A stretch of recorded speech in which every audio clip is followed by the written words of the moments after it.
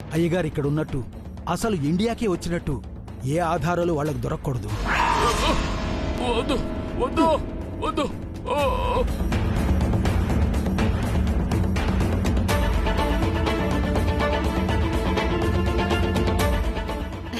తాగండి అయ్యగారు, మీరు తెచ్చుకున్న మందే.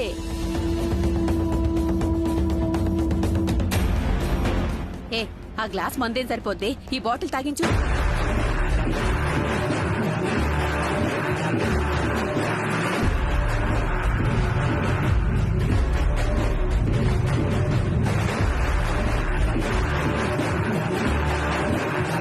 ఈ పెళ్లి పూర్తయ్యే వరకు అయ్యగారిని ఎవ్వరూ గుర్తించకూడదు.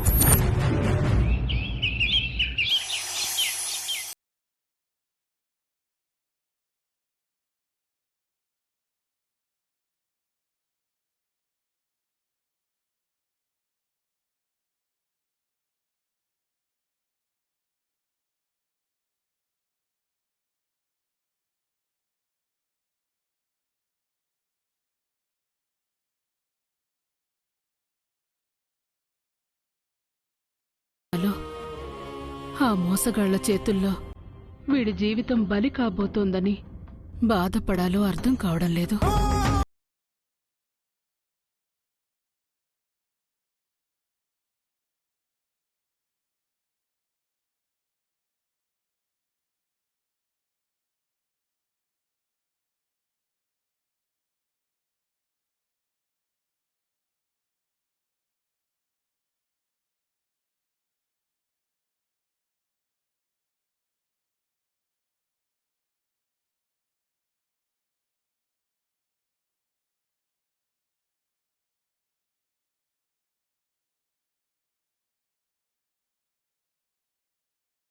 నీ తమ్ముడు అనుకుని కాపాడు.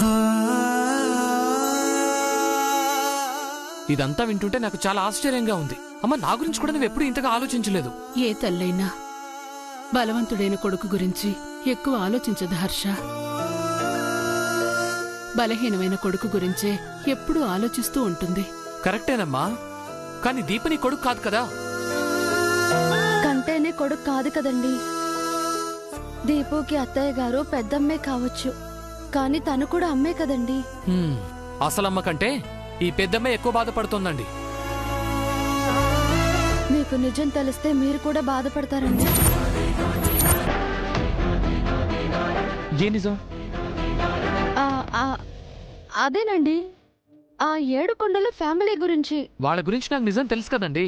చిన్నత్తయ్యకి తెలియదు కదండి, అందుకే ఆవిడ బాధపడట్లేదు. నిజం తెలిసిన మీరు, నేను, అత్తయ్యే బాధపడుతున్నాం. అమ్మా, అంత బాధపడాల్సిన అవసరం లేదు. వాడు నా తోడబుట్టకపోయినా నా తమ్ముడు. ఏ ఆధారం దొరకపోతే ఆ 7 కొండల తల మీద గన్ను పెట్టైనా సరే, వాడి చివరి కత్తితో పొడిచైనా సరే వాడి పిల్ల ఆపుతాను.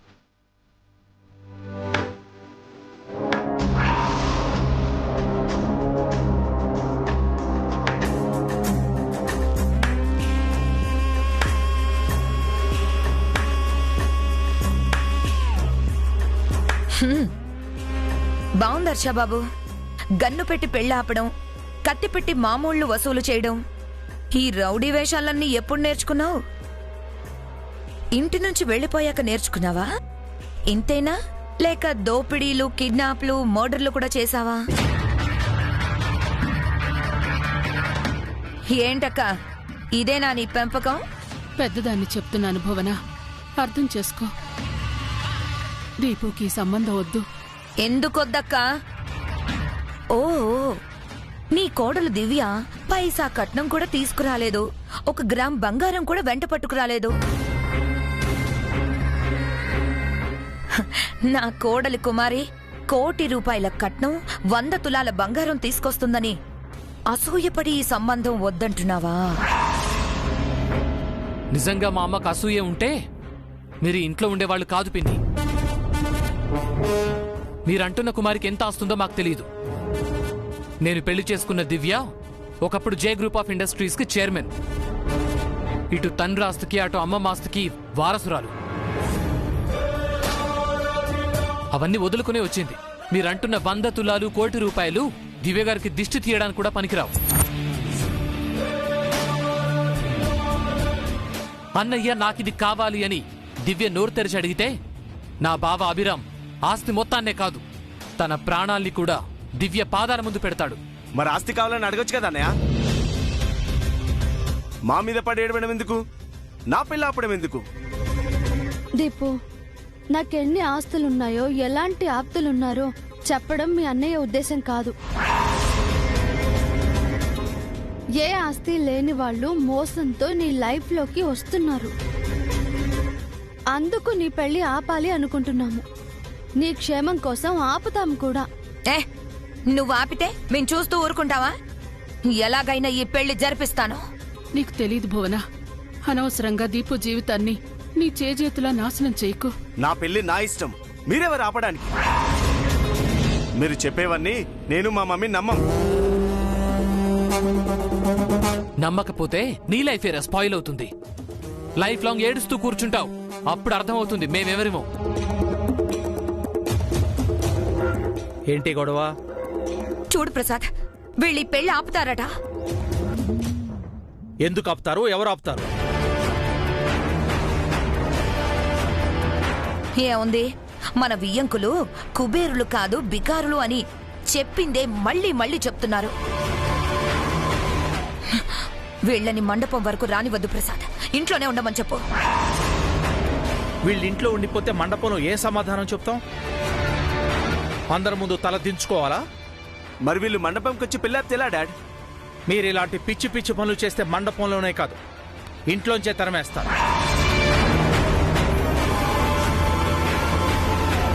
ముహూర్తానికి టైం అవుతుంది, పదండి.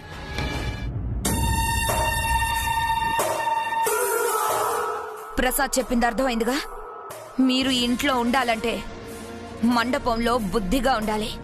ఏదైనా వెధ వేషాలు వేశారో ప్రసాద్ కాదు, నేనే మిమ్మల్ని గెంటేస్తాను.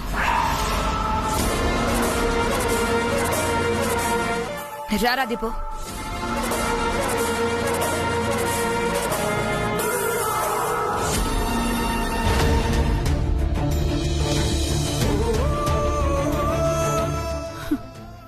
ఎలాగమ్మా? మీరేం బాధపడకండి అత్తయ్య. వాళ్ళు మనల్ని కాదనుకోవచ్చు, కానీ మనం వాళ్ళని వదులుకోలేమత్తయ్య. ఒక్క ఆధారం దొరికినా చాలు, మావయ్య గారికి చూపించి ఈ పెళ్లి ఆపేస్తాను. మీరు రండి, మనం ధైర్యంగా వెళ్దాం. పదండి. పదమ్మా.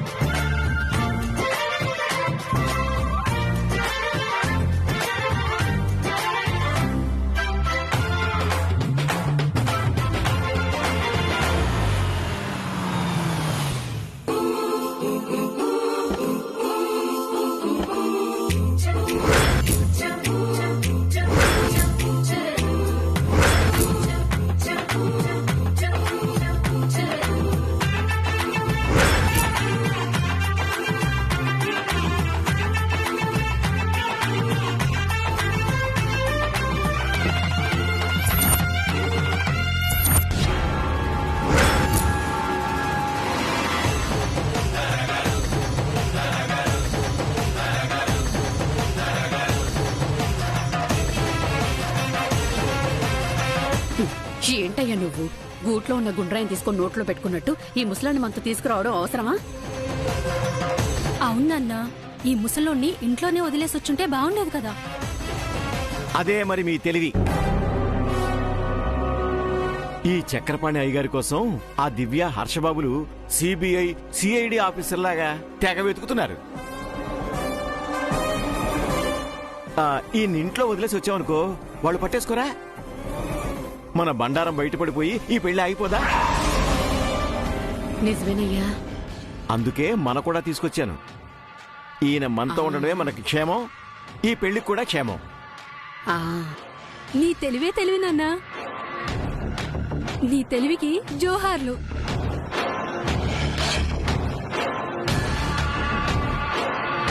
నమస్కారం సార్. నమస్కారం మేడం. నమస్తే మేడం. ఈయనెవరు సార్?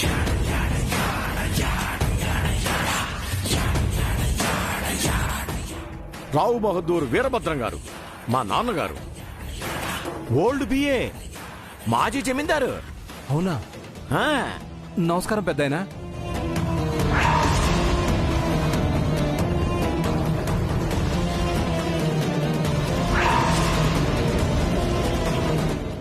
అలా ఉలుకు పలుకు లేకుండా ఉన్నారేంటి సార్? మనవరాలికి పెళ్లి జరుగుతుందన్న సంతోషంతో రాత్రి కాస్త తీర్థం ఎక్కువ పుచ్చుకున్నారు. ఇంకా పాపం నిషా తగ్గలేదు. అయ్యయ్యో, పెద్దవారు అతిగా తాగడం మంచిది కాదు సార్.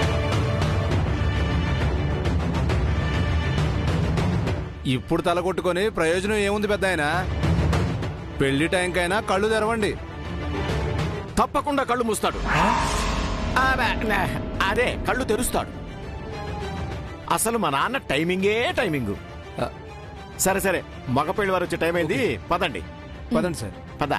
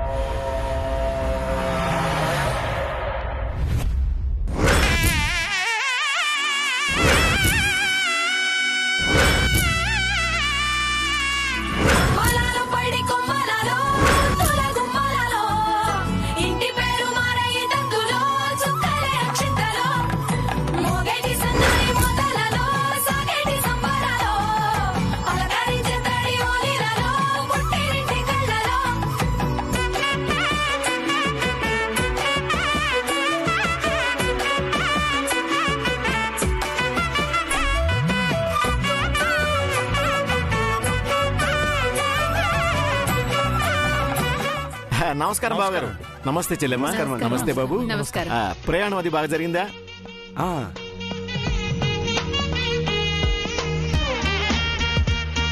అమ్మా దివ్య, జరుగుతుంది మా అమ్మాయి పెళ్లి కాదు, నీ చెల్లెలి పెళ్లి. నువ్వే దగ్గరుండి అన్నీ చూసుకోవాలి. తాయారు, ఆ మాట నువ్వు మళ్ళీ చెప్పాలా? ఆ, పెళ్లి చూపుల రోజే మనం ఫిక్స్ అయిపోయాం, కుమారి దివ్య అక్క చెల్లెలు అయిపోయారని. అంతే కదమ్మా?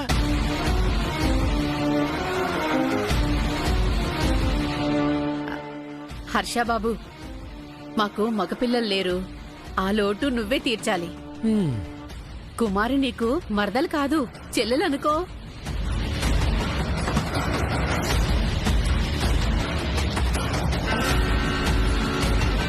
ఇదిగో ఇప్పుడు అనుకుంటాడు తయారు. హర్షబాబు ఎప్పుడో అనుకున్నాడు, అంతే కదా బాబు? ఏంటి మనం ఇంత కలుపుకోలుగా మాట్లాడుతున్నా వాళ్ళు కోపంగా చూస్తున్నారు? పెళ్లి ఆపడానికి వచ్చిన వాళ్ళు కోపంగా చూడక నవ్వుతూ కౌగిలించుకుంటారు. రండి బాబు గారు, రండి. టైం అవుతుంది, లోపలికి వెళ్దాం. పదండి రండి. పదండి.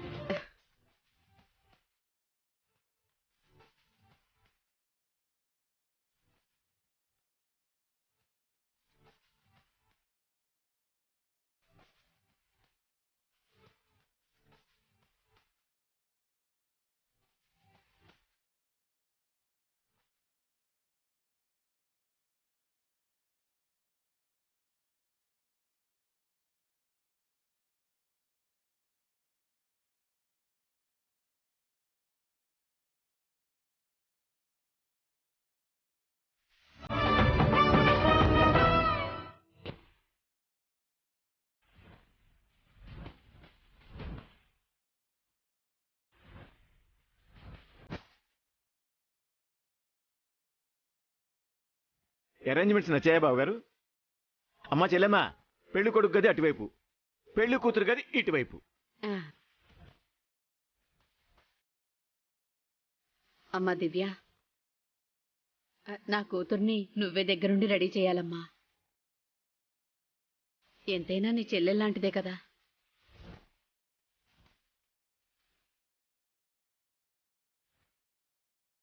ఉమ్.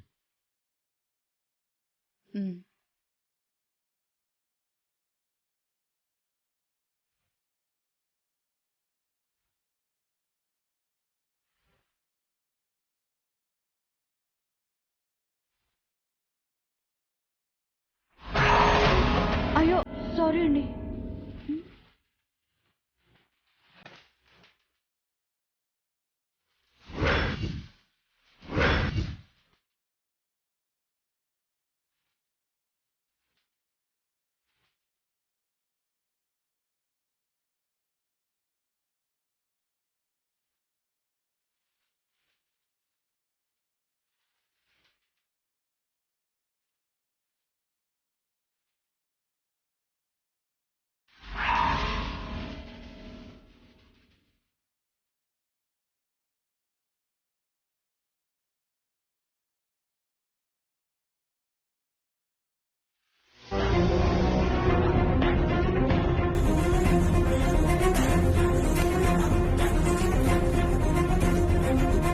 అంకుల్ మీకు sorry.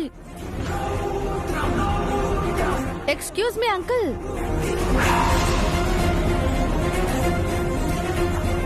Excuse me uncle. Uncle. అమ్మా నువ్వెంత పిలిచినా ఆయన పలకరమ్మా.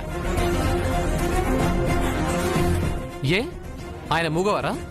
కాదు బాబు, ఆయన కాస్త మత్తులో ఉన్నారు. మత్తులోనా? అసలు ఈయన ఎవరు?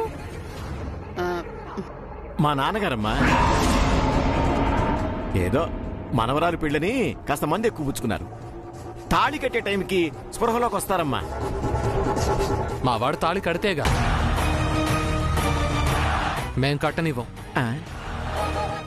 మండపం దాకా వచ్చిన పెళ్లి నాపడం న్యాయం కాదు కదా బాబు. మోసం చేస్తూ చేస్తున్న ఈ పెళ్లిని ఆపడం న్యాయమే.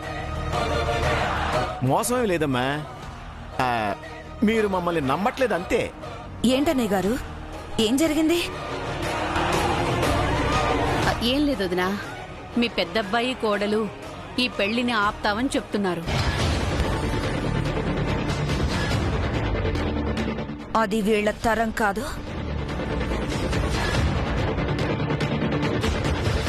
అలాంటి ప్రయత్నం ఏది చేసినా వీళ్ళు ఈ మండపంలో ఉండరు. మంచి మాట చెప్పావు చెల్లెమ్మా. అన్నట్టు మా ఏర్పాట్లు ఎలా ఉన్నాయమ్మా? మా స్థాయికి తగ్గట్టే చేశారన్నయ్య. హైకోర్టు లాయర్ రాజేంద్ర ప్రసాద్ గారు భువనేశ్వరి గారులతో వియ్యం అందుకోవడం అంటే మాటలు కాదు కదా వదిన గారు.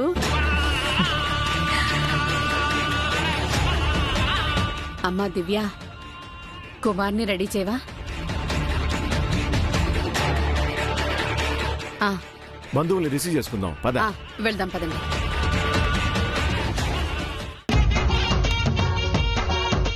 ఏమండి, అరేంజ్మెంట్స్ అన్నీ అదిరిపోయాయి కదా? అవును, మన హోదాకి తగ్గట్టుగా ఉన్నాయి. మన వియ్యంకులు డబ్బున్న వాళ్ళు కాకపోతే ఇంత గొప్పగా ఏర్పాట్లు చేస్తారా?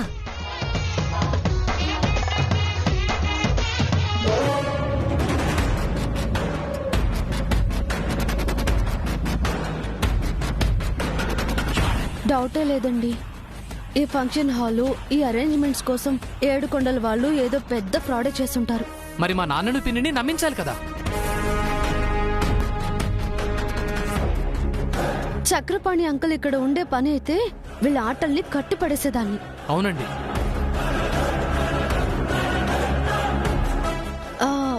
అటు ఒకసారి వెళ్ళి చూద్దాం పదండి.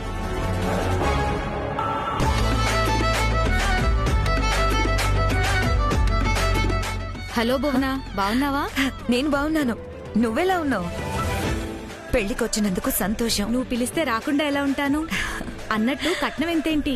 100 తులాల బంగారం, 1 కోటి రూపాయల క్యాషు. భారీ కట్నమే కొట్టేశావు. మా వియ్యంకులు మాకంటే పెద్ద కోటీశ్వరులు. అయ్యో, ఏమైందయ్యా? ఏమైంది? ఏమైంది? నీళ్లు తీసుకురానా? ఎవరో తలుచుకుంటున్నారే. ఇంకెవరు? ఆ భువనే అయ్యుంటుంది. తాళి కట్టే ముందే కట్నం ముట్ట చెప్పమంటారేమో అయ్యా. ఏం చేద్దాం? శతకోటి దరిద్రాలకి అనంత కోటి ఉపాయాలే.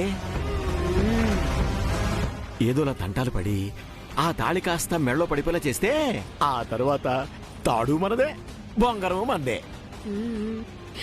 ఆలోచించుకో, పద.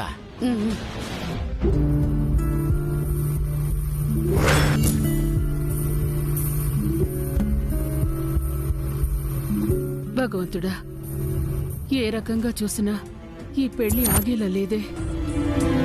ఒక పని చేస్తాను, దీపు దగ్గరికెళ్ళి నేనే తన కన్న తల్లి నన్న నిజం చెప్పి ఈ పెళ్లి వద్దని చెప్తాను. అప్పుడు దీపు నా మాట వింటాడు.